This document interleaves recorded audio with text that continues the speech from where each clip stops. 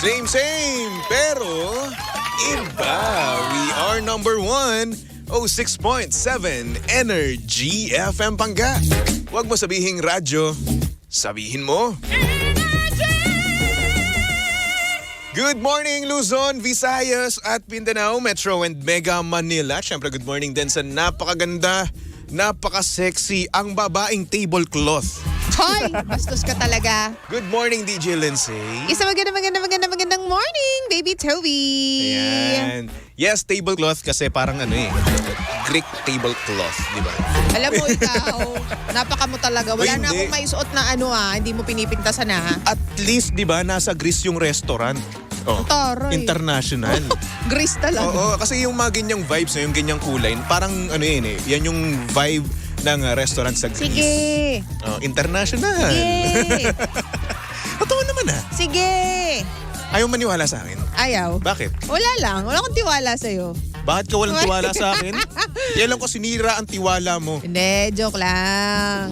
Joke lang. Kamusta ka? Okay How's your naman ako. morning so far? Okay naman so far at kumain ako ng gulay by the way. Oo, nakita ko nga kanina. Thai salad with peanut Ang sauce. taray mo dun sa peanut sauce. Di ka naman kumakain ng peanuts, pero nag-sauce ka Pero pa. may sauce. Oo. Pero Ganun din yun eh. kahit na at least eto, nasa sauce siya. At yung peanut naman kasi na na buo-buo, ayun yung ayoko. To the point nga kanina, 'di ba, may peanuts nga Tinanggal dun sa niya. sa salad, tinanggal ko talaga. Oo. Ayoko kasi ng peanuts. Ikaw lang naman nagpapakain sa akin ng mani. Bakit pakinggan, Toby? O bakit? Bakit pakinggan? Totoo naman Ayusin mo. Pupunta ka sa akin doon Oo. sa tech booth, 'di ba? Tapos Oo. papakain mo sa akin yung mani. At least, para naman meron kang nutrition na nakukuha sa mani. Grabe naman kasi, pupunta ka lang sa akin doon para pakain mo sa akin yung mani Masarap mo. naman yung mga... Hi! At grabe yung mani mo, ang laki ha. Siyempre. Hoy, ano yun? Basta-basta mani. Ano yun? Pili nuts yun. At saka, ano to? Yung honey roasted. Grabe yung mani Honey mo. roasted mani. Ang crunchy ng mani mo. Ibahin mo yung mani ko. Hoy, yun yung nasa yellow na packaging. Oh. Sikat yun. O sige. Simula ng unang Ang social naman ng mani mo. panahon pa ng hapon. Bakit ba? Main ka kasi na kung ano-ano kasing mani yung gusto mong kainin eh. Eh kasi pili kasi yung mga mani na kinakain ko. Oo nga, sabi Kasi mo nga. gusto ko sa yung mga social na mani, di ba? Ay, taray mo dun. Kasi yung mga mani kasi, may iba kasing mani, di ba? Na ayoko ng texture. Bakit? Ayoko. Ewan ko, Sabagay, pero hindi ayoko. rin naman ako gaano mahilig sa mani. Pero lately lang. Kasi nga pampatalino daw yun. Pampatalino. So ako bobo ako, ganun. Naintindihan mo na kung bakit pinapakain kita ng mani. So para maging matalino ako, gusto mo, ayaw mo na maging bobo, no? Pinapakain mo ng mani mo. Ganun. Hindi naman. Ang sakit mo magsalita, ha? Papanggap lang din talaga ako. Ayoko rin ng mani eh. Parang indirectly sinabi mo sana, ang bobo-bobo mo, Toby. Ganun. Hindi, Toby. Alam mo, nasa ano yan eh. Nasa pagta-translate yan ng bawat tao. Ayun yung sinabi kung mo yun yung eh. di ba? Kung yun yung translation mo. Saan dinarekta mo lang ako na, Toby, ang bobo mo. Ganun. Toby, ang bobo mo. Mas masakit pala yun. Sabi sa'yo eh. Kaya kapag ganyan, inaalok kayo ng mani, alam nyo na kung Yun ano pala ibig sabihin yun. nun. Oo. Kaya ikaw, pag ikaw inalok ng boss mo ng mani, Alam mo na. yun. Oo. Alam mo na. Sir, ba't naman ganun? Hindi ko po alam na kaya nyo pong bastusin sa pamamagitan ng pagbibigay sa akin ng mani. Yung akala mo, pinapakain ka lang, di ba? Pinapalamon ka lang, pero hindi pala. Oo. Hinuhusgahan ka na ang bobo-bobo mo. Di ba? May mga ganyan, mga subtle hints kasi hindi kayang sabihin ng mga tao yung gusto nilang tumbukin. Kaya Indirectly. indirectly. Di ba? Nako. Example, paano masasabihin sa isang tao na ang pangit ng boses niya. Yun ang pag-usapan natin last time. O sige, ikaw. Pangit ng boses niya. Alam mo, kaboses mo si Ed Sheeran. Nung nagsisimula pa lang siya. Ganon. Alam mo, kaboses mo si Ed Sheeran nung nagsisimula pa lang siya. Ganyan. Salamat ah. Oo. Kapos ko naman talaga si Ed Sheeran. Hindi nga. I Hindi naman. found the love. Hindi. for me. Kapag halimbawa nga may sasabihan ka, halimbawa, isa pa, ikaw, paano mo sasabihin sa babae na ang baho ng hininga niya? Ikaw nga, paano? Sige, ikaw, tingnan natin. Ito kasi si Toby, mahihirapan siya kasi gentleman talaga siya eh. Hindi ko kayang sabihin yun. Talaga? Oo, kasi kung ganun man siya, no, titiisin ko yun. Oo, titiisin ko talaga yun. Lalong-lalong gustong-gusto ko yung babae. Pero mabaho yung hininga niya. Wala akong magagawa. Yun eh. Pero, hindi ako gagawa ng hindi ako gagawa naman ako ng way Oo. para maayos yun, di ba? Sabihin ko sana na ano, uy, try mo tong mouthwash na to. Ganun. Moto siya to. Oo.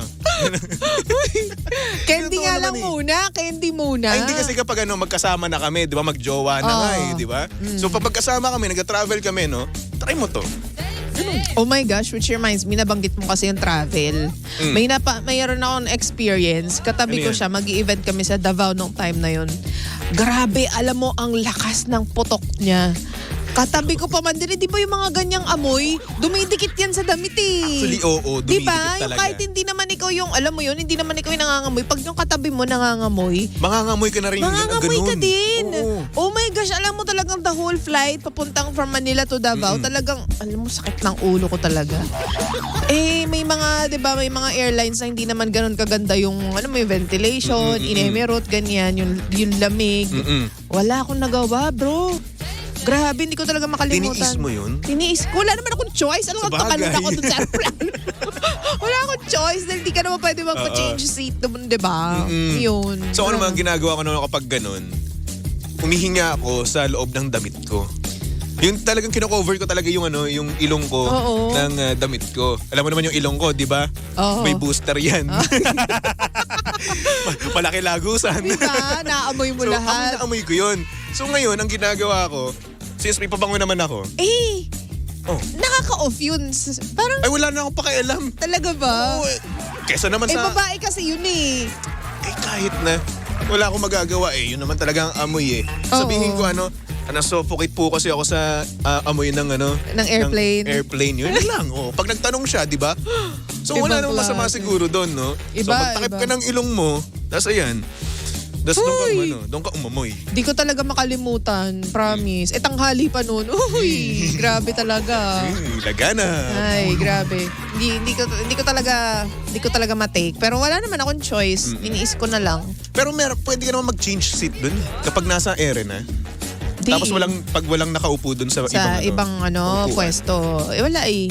Talaga, Wala. tiniis ko talaga. Doon talaga tinest ni Lord yung yung patience ko. Oo. At least nakaya mo. Kinaya talaga. Diba? So ngayon, alam mo na gagawin mo. Oo. Diba? So ngayon, kapag nakatabi ka ulit ng mabaho yung kilikili, no, may putok, no, itago mo na lang yung ilong mo. Tapos kapag tinanong, ba't ka nakaganyan? Para hindi ma-offend, no? Oo. Para hindi niya malaman na mabaho yung kilikili niya, may Oo. putok siya, no? Oo. Sabihin mo lang na suffocate ako sa amoy ng surroundings. Good morning po sa mga nag-aalmusal pala. Sorry na po. Sorry Diba? na po. Napag-uusapan lamang. Oo, pero karaniwan din naman na-experience ng mga commuter natin na mga pangga. Oo. Ako ang dami kong naamoy pagdating sa bus. Sa bus, oo. Oo. Kasi Alam mo dati- sari-sari yung mga commuters dyan eh. Yes. Alam mo dati nung nasa Pasay pa ako nagtatrabaho, no?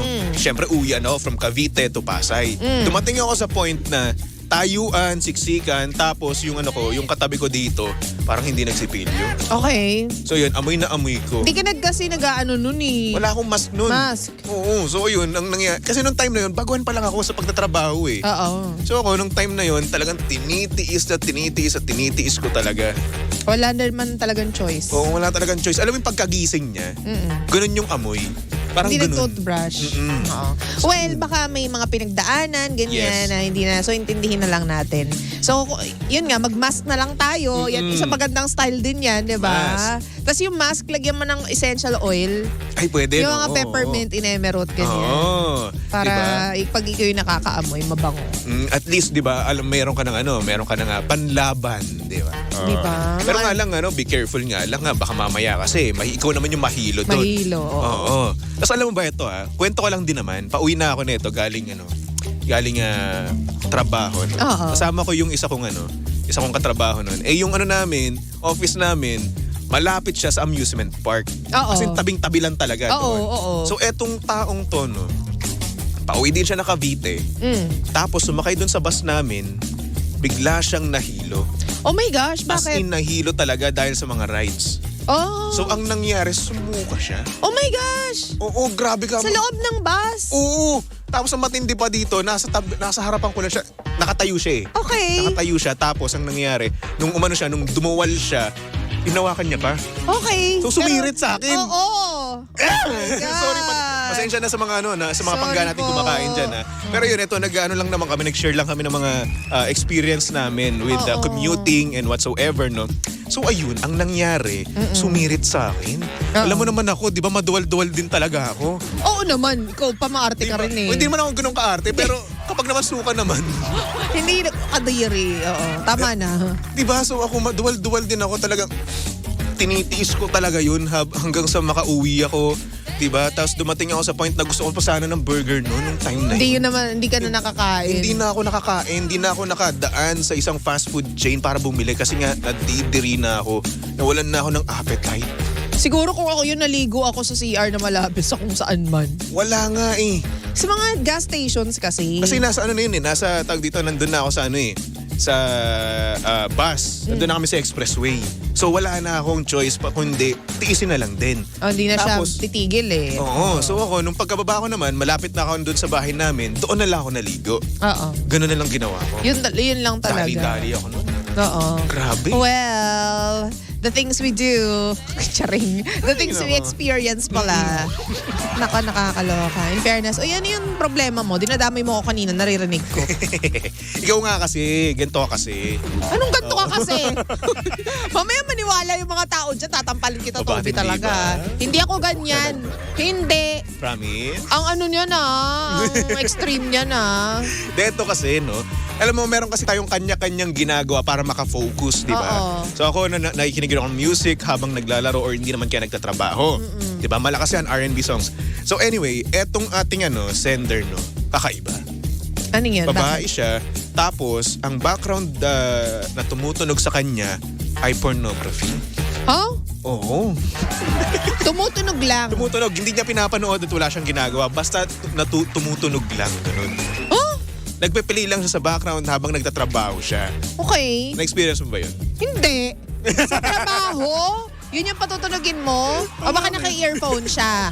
Naka-earphones naman siya, syempre. For sure naman, siguro, no? Malay ko. Kasi kung hindi naman siya naka-earphones on, nadinig yun ng niya, ng mga pamilya niya, di ba? Hindi natin alam. Ikaw ba, pag nanonood ka ba ng ganun? Naka-speaker? Bakit nanonood ako ng gano'n? Sino naman nagsabi sa'yo nanonood ako ng gano'n? Excuse me, dadaan ako. Ay, hindi ba? Hindi. Talaga? Ikaw yung computer mo dun. Oy! Walang ganon! Oh, shush! Efas sa akin o hindi pa ako nanonood. Hindi kasi, parang nung narinig ko ngayon kanina, kakaiba siya. Di ba? Sobra. Ang rare nung ganyan. Yes. Pero may kanya-kanya naman tayo kasi kanya-kanya tayong way para makafocus talaga di ba? Pero kasi, yung mga ganyang intimate na mga ganyang acts, 'di ba? Ginagawa lang yan ng mga nagmamahalan kasi. Ideally, ginagawa siya ng mga nagmamahalan. Tapos para gawin mo siyang background, there's something wrong with you. So may mali sa kanya. Feeling ko, sobrang kakaiba siya. Well, kakaiba, oo. Siguro naisip lang din natin na may mali kasi unusual para sa atin eh. Oo, tama. Or kasi ito lang yung una ng beses natin na nakita to or narinig. Narinig, oo. Di ba? Kasi Grabe naman. ako personally, parang may kanya-kanya nga naman talaga tayo. Pero kung yan yung trip mo na nagpe-play habang nagtatrabaho ka at nakakatulong naman to para makafocus ka, no? Siguro nag-work din. Sige, go lang. Hindi mo may lulusot, Toby. Hindi mo may lulusot. Hindi, Toby. Tumigil ka. Pero yun Ewan ko nga. din oo. Sobrang unusual nun. Oo. Diba? Kasi karaniwan naman na yung normal na nangyayari, it's either movie, series, or music, diba? Oo. Yung nangyayari, no? Yun yung background natin. Pero, eto kakaiba eh. Ayun, may umuungol. Bakit din? May umuungol Hindi ko tapos... din nagiging... Ano kayang psychological explanation nun, no? Hindi ko nga alam. Kakaiba din, yung no? trip Kakaiba niya. talaga eh, no? Sa bagay, may mga tao kumakain ng bubog eh. Actually, nitong nakaraan, meron na nakita. Binalita to sa GMA. Diba? Kumakain ng hollow blocks. Oh, di ba? So, hindi Kanya-kanyang talaga trip natin yan. kanya-kanya talagang Oo. trip. Ikaw ba nung ginagawa mo para makapag-focus? Ako nga lately, nagpapatugtog ako. Ayun nga. Meron ako ditong Friday vibes kung tawagin ko. Friday vibes. Since si Kara kasi nagka-cardiac siya kapag Friday, no? Nagpapatugtog ako ng malakas dito. As in, ang lakas talaga. Oo. Tapos yun yung tumutulong sa akin para makapag-focus ako. Truth. Tapos at the same time, na-enjoy ko rin naman kasi ang nangyayari, napapakanta ako, di ba? Oo. Talagang napapa-headbang. Bumabalik ka sa senses mo. Yes, di ba? At para nag-stimulate din yung mga yung brain cells ko, gano'n. True. Akong ginagawa ko para mag-focus, wala. Wala, pag gusto ko mag-focus, wala talagang sounds or anything. Okay, Oo. total silence. Total silence talaga. Like kapag halimbawa may ginagawa akong something, may pinifilapan or what, wala akong maaasahan Wala sa talaga. akin. Hindi kita papansinin, ganyan. Focus nga eh. Sa bagay. So wala.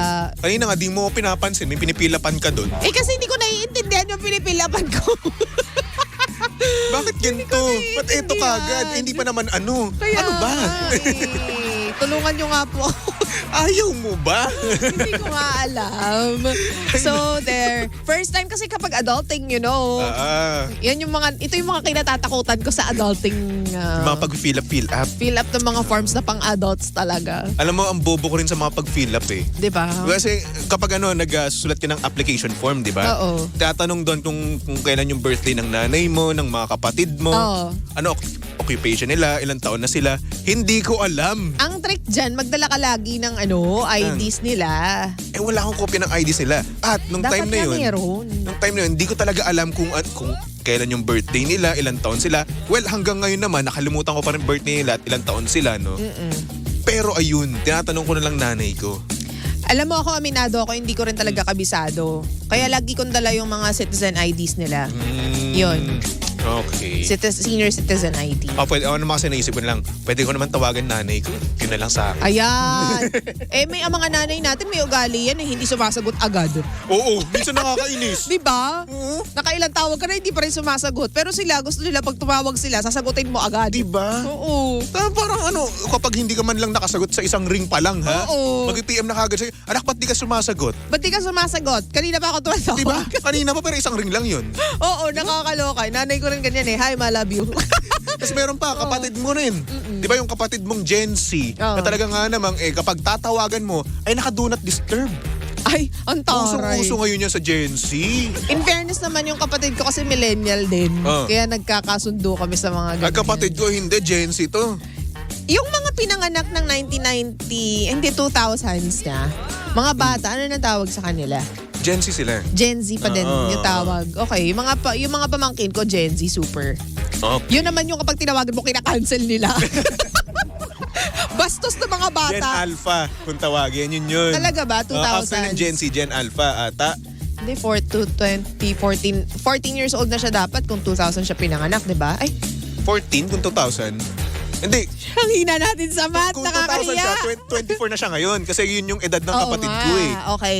Ba't 14? Sorry. Wag mo na naman, grabe ka naman eh. Bakit naman? Arithmetic. Ay, nakakaloka ka naman eh. Kailangan ba- Kailangan ina-analyze mo talaga on air eh. Kailangan mo bang bumalik sa matinik? Sorry. Aminado din ako. Wala, bopples talaga ako sa math. Gusto mo ba ng mani? 2024. Hindi nalito kasi ako. Akala ko 2014 pa lang. 2024 na pala. Okay. So yung pamangkin ko, ilang taon na ba siya? 8 years old na siya ngayon. 8 years old. So 2024 minus 8. Oh, wait, 2024 minus 8. Teka, 2024 siya. 2016. 16, no? Tama. At least ako nag-isip ako, hindi ako nag-calculator. Kaya nga may calcio eh. Grabe, yung analysis ko doon. Kung 2024 ngayon, minus 4, 2020. Tapos minus 4 ulit, 2016. Grabe, diba? napaghahalataan tayo, Toby. Napagalit ang bobo. Nakakahiya naman sa mga math teachers natin. Diyos ko. Hello naman po sa mga math teachers namin. Naalala ko lang distance is equals to... Ay nako, wag mo akong ginaganyan, Toby. Bastos ka. Bastos And ka. then speed pala yun. Speed is equals to distance over time. Oh, Eh, alam ayaw ko ko yun. ng mga ganyan. Physics yun. No. Oo. Pagdodrawing nga lang ng pie chart dati. Pi. Ano yung equivalent ng pi? 3, hindi ko alam. 3.14. Oh. Oo nga, bakit ba? Bakit ba tayo naging dito? Ano ang square root ng 25? Di ko alam. Huy, alam mo ikaw, pinapahiya mo talaga 5. Iniisip ko nga kung 5 talaga eh. 5 yun. O 5 nga. Kasi 5 times 5, 25, di ba? Tama na. Itong usapan na to. Tama na. Okay na. Square root ng 49. Hindi ko alam. 7? Teka. Alam mo, mababash tayo dito. Hayaan mo na. Sige. Carry na yan. Basta Yaan ako, mo na. aminado ko, bobo ako sa math. Ganun. Ako, ano pa ako? Ay, Alam nako. nakakaya Anyway. talaga. Naalala ko nung elementary ako. Wala talaga akong sa test paper. Wala talaga ako nasagot na tama kahit isa. Ay, wala ka sa akin, Chong. Oo. Dumating ako sa point na pinag-exam ako dahil sobrang baba ng score ko doon. Ako mismo pumipirma sa test paper ko. Wait. Ganun, ginaya ko pirma ng nanay ko. Kasi hindi mo kayang ipakita sa nanay mo. Siyempre naman, ikaw ba magpapakita ka ba ng 2/100? Yun na nga, ganun Hindi, din. di ba? Buti nga ikaw 2. Ako 0. So, ang after nun, nilagnat ako dahil sa takot. 2 araw ako nilagnat. So, ibig sabihin, mas matalino ako sa'yo ng 2 points. 2 points. 2 points. Nakalamang ka ng 2 points. Siguro iniisip ng mga nakikinig sa atin, ano ba itong mga DJ na itong bobobo? Hoy, ganyan lang po talaga. Masaya lang po tayo dito. May kanya-kanya po tayong galing. O kung kayo po magaling sa math, kami hindi. Di ba? Or baka naman, kailangan din natin, no, nagayain yung sender natin, di ba? Na Focus. habang nag-aaral, no, may nagpe-play na ano. Ay, hindi. Yun. O malay mo, effective, di ba? Malay mo, kapag ginawa ko to, gagaling na ako sa arithmetic, sa square root, sa mga ganun. Oh. Eh kasi pag making love kasi, it has to be with someone special, di ba? So kung regularly mo na siyang pakikinggan, hindi na siya magiging special. Ay, iba pa rin siguro yung feeling. Oo. Para Kapag- sa akin. Pag sa personal, Parang, kasi kung araw-araw mo siya naririnig, may factor na yun. ay hindi, sa lalaki hindi. Well, sa akin lang Araw-araw siguro. nakikinig, ay hindi. Kanya-kanya din siguro. Araw-araw pa tayo, Diyos ko. Yan talaga kapag walang ano. Hoy! Hoy! Hindi parang walang jowa, walang ano. Hoy! Hoy. Ako, wala talaga. Kasi good boy po talaga. Wala akong experience sa mga ganyang bagay. Kasi Wag alam ako, niyo na, Toby. kasal po muna. Wag, wow, pampalin kita din talaga. Hindi dapat may mga kasal-kasal na ganyan. Anyway, mga pangga, kanya-kanya naman kasi ang trip, di ba? Kung trip mo yung ganyan, they go, di ba? Kung effective naman, why not coconut, di ba? Ikaw na bahala dyan, malaki ka na, kayang-kaya mo na yan. Okay? Okay. So anyway, susunod na napakaganda, napaka-sexy DJ Lindsay para sa programang Lihim ng Liam. And of course, nakasama mo at nakalandian ng hot baby boy ng radyo. Walang iba kung hindi si Baby Toby. At syempre si Baby Toby ay pwede mong stalk at i-follow sa lahat ng kanyang social media accounts. Hanapin nyo lang Baby Toby 1067, okay? Okay. So for our next song, para sa mga pangga natin dyang Blooms. Ayan. Para to sa inyo, Beanie with the song Pantropico. Ayan, si Lindsay, sasayo na yan ng Pantropico. Hindi ka sure. Hindi ka sure. Tumutok lang dito sa estasyong same pero iba. We are number 1, 06.7 Energy FM Pangga. Huwag mo sabihing radyo, sabihin mo